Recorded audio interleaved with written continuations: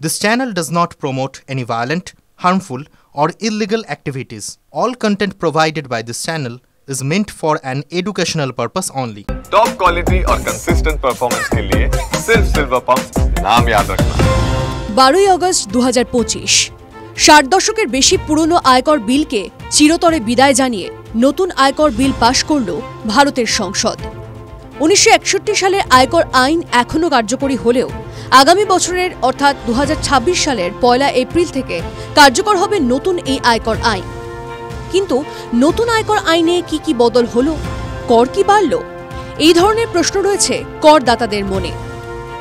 রাজ্যসভায় এই বিল পাশ করার সময় দেওয়া ভাষণে কেন্দ্রীয় অর্থমন্ত্রী নির্মলা সীতারামন স্পষ্ট ভাষায় বলেন, নতুন এই বিলে কোনো নতুন কর চালু করা হচ্ছে না বা আয়করের নতুন কোনো স্ল্যাবও আসছে না। তাহলে নতুন এই আয়কর আইন পুরনো আইনের থেকে কোথায় আলাদা? এখানেও কেন্দ্রীয় অর্থমন্ত্রী জানিয়েছেন, নতুন এই আইনে ভাষা সরলীকরণ করা হয়েছে।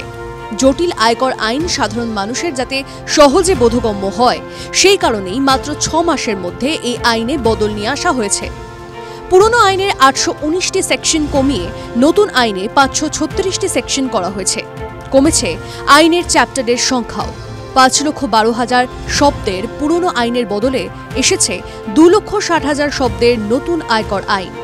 বড় বড় প্যারার বদলে নতুন আইনে 39টি টেবিল ও 40টি নতুন সূত্র যুক্ত হয়েছে, যা এই আইনের ভার অনেকাংশে লাঘব করেছে। 2025 সালের আয়কর আইন ছাড়াও এদিন ধনী ভোটে 2025 সালের কর আইনও পাশ হয়। নতুন এই আইনের অধীনে সৌদি আরবের পাবলিক ইনভেস্টমেন্ট ফান্ডে কিছু প্রত্যক্ষ করের উপর বেশ কিছু সুবিধা পাওয়া যাবে। TV9 Bangla digital.